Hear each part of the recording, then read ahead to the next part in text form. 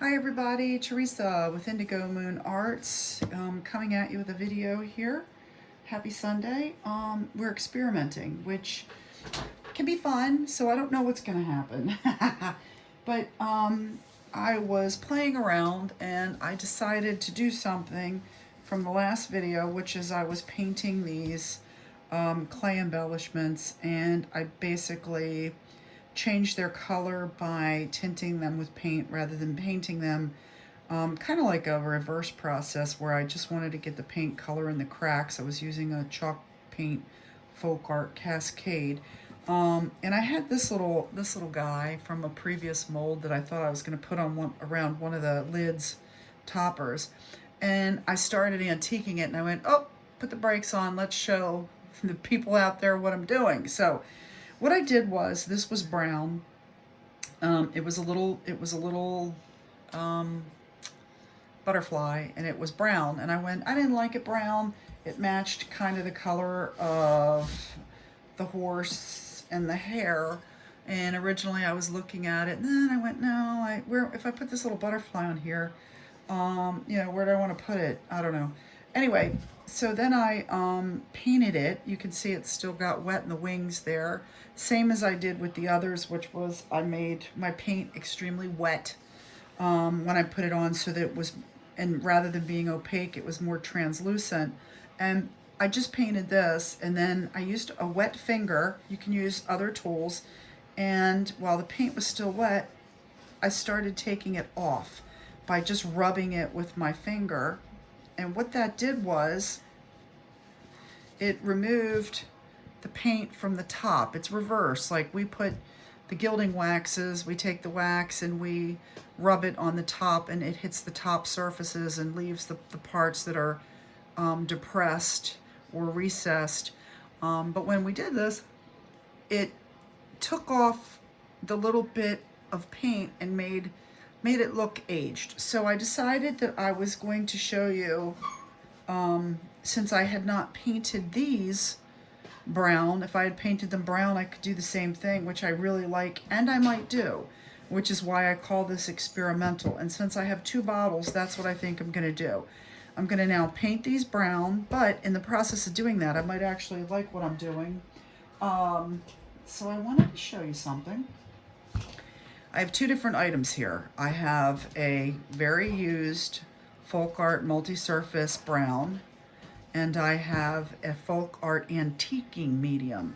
Now they're different. One is paint, one is an antiquing medium.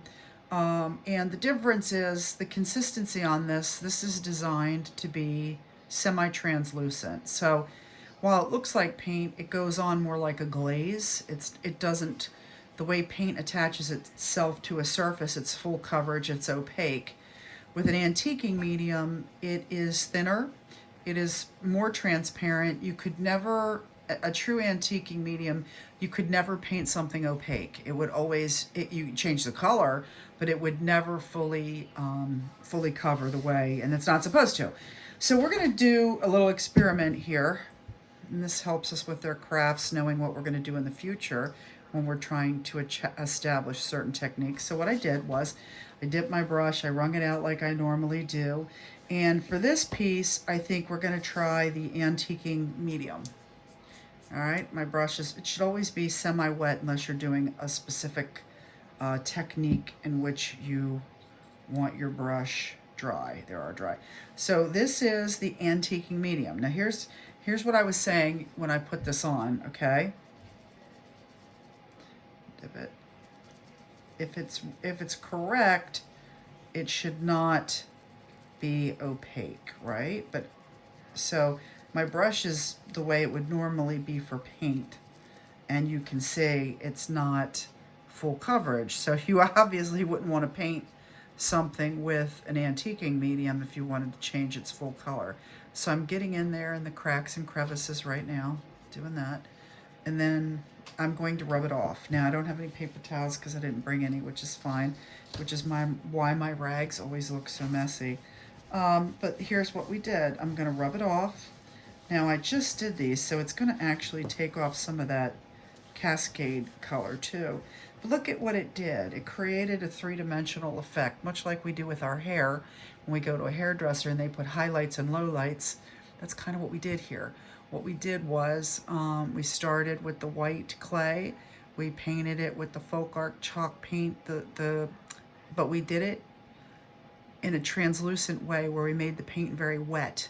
And then we kind of rubbed some of it off. And now with the antiquing medium, we put that in the crevices and we'll see how that looks. So do we like this? Let's see.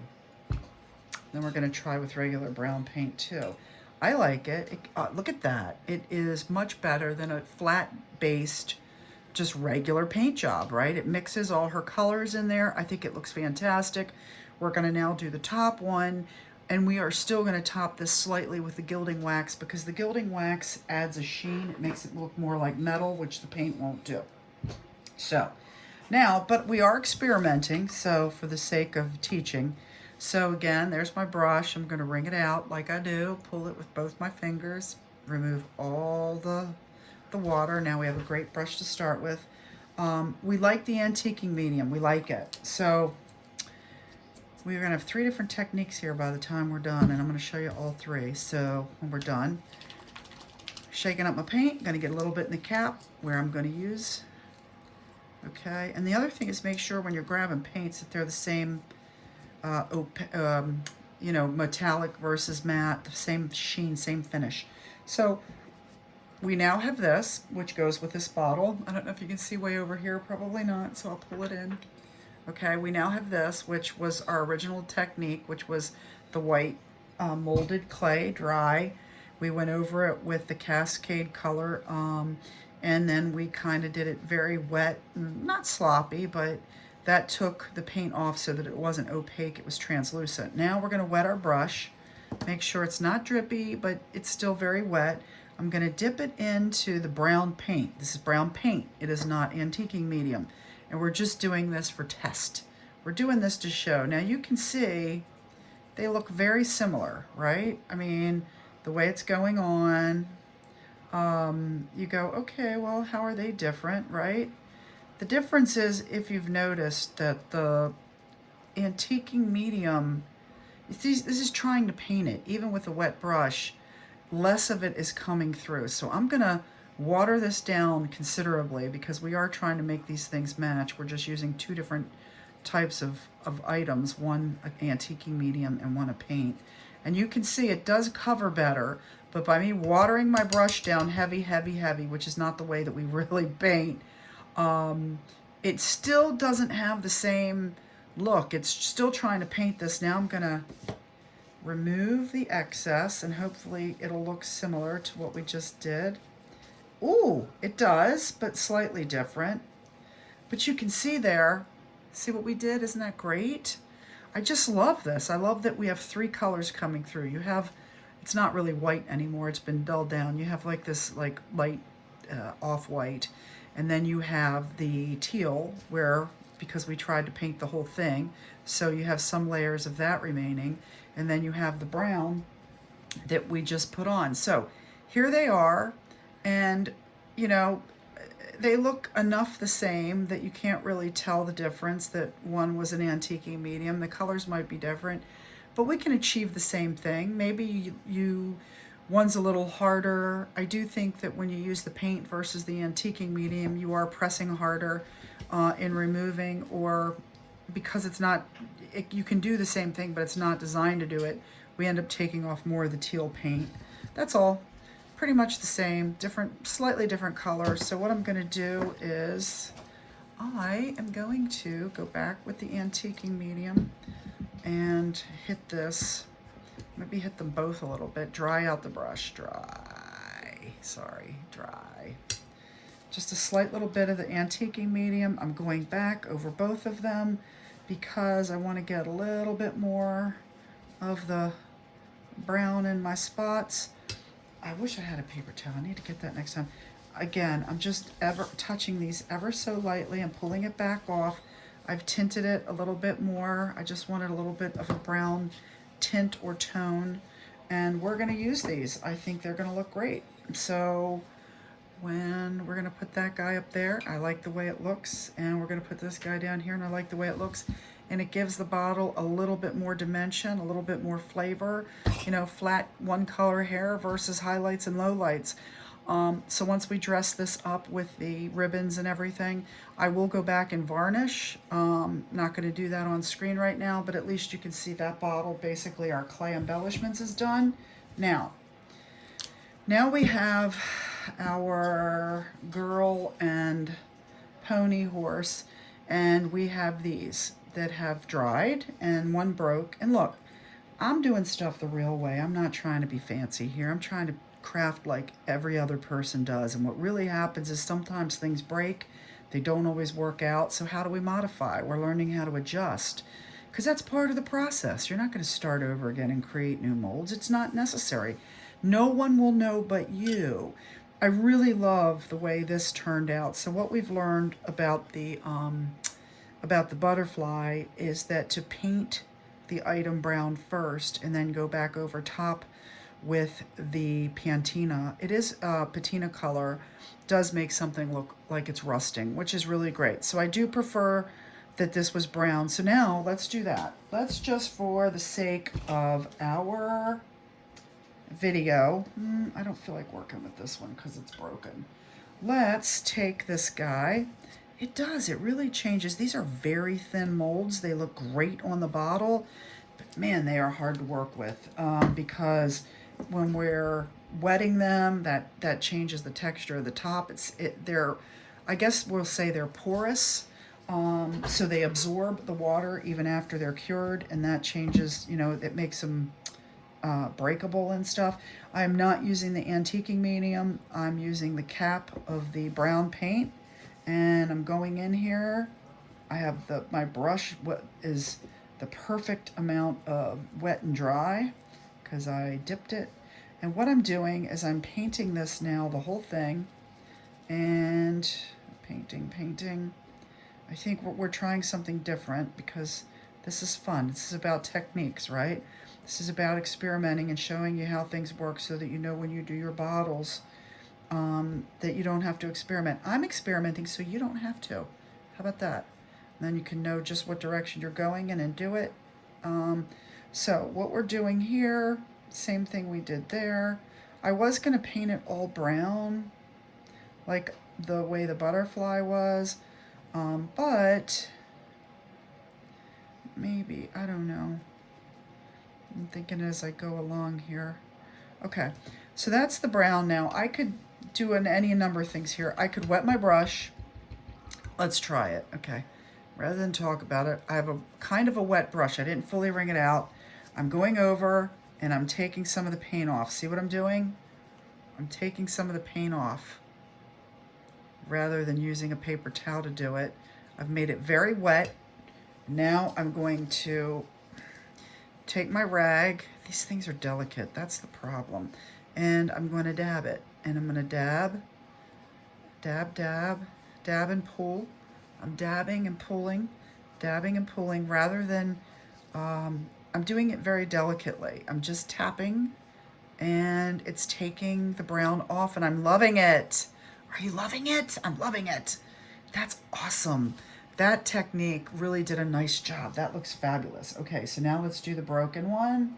I really like it, the brown in there, because there's brown in the horse and it really pulls it out. So let's try that again. Okay, we're gonna go back in with our brush. We're leaving it a little bit wet.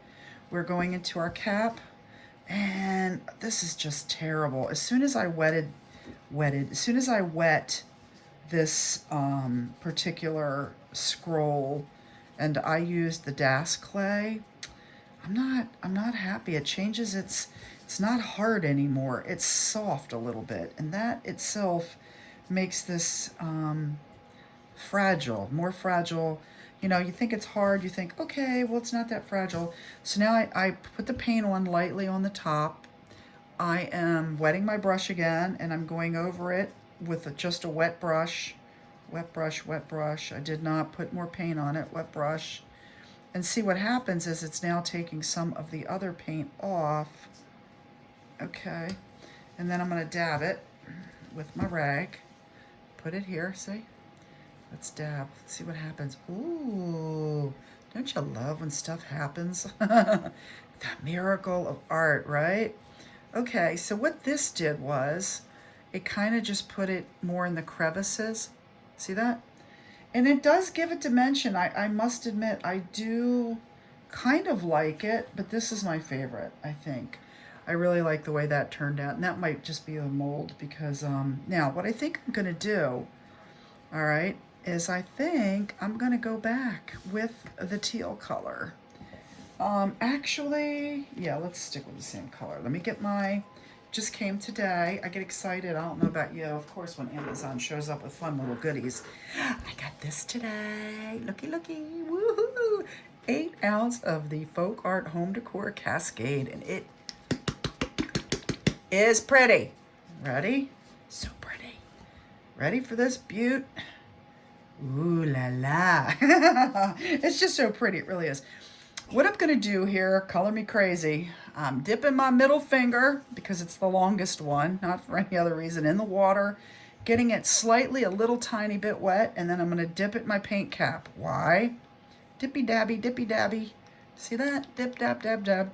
Like this. And I'm going to take my finger, and I'm going to roll over top those little pieces we were doing. Why? Show you in a second. Dippy dabby. Tap, tap, tap. Tap it on my thing, right? Watch what happens. I'm putting some of the teal back on top. So before, what we had was strictly what we removed, and I like that better. I don't know, you'll see it in the bottle when it's done. So again, we're gonna take this. I'm gonna wet my finger because it's dried a little bit. See how it's wet? It's kind of drippy. Tap, tap. I'm tapping it in the paint, in the top of the paint. And it's because it keeps it light and thin. And look at that.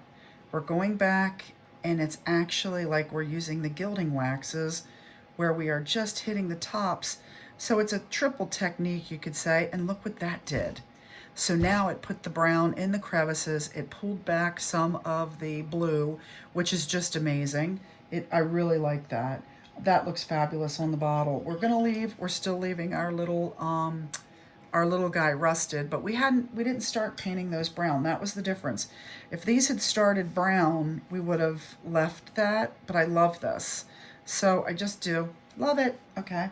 So now we're good there. And let's go back to these guys. So now they look a little bit, they look a little bit, not worn out, but not as bold and bright. So let's do the same thing. So we take my cap, wet my finger, again, middle finger because it's the longest. The other fingers don't get in the way. It's wet, and I'm just like I use the gilding wax. I'm just going over the top, little bit. Do it again, tippy-tappy, tippy-tappy. And look at the difference. It just,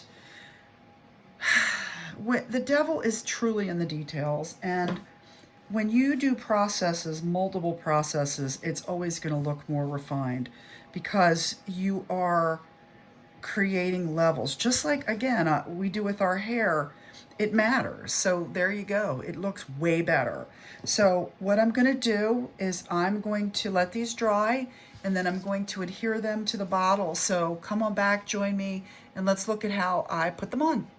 Peace.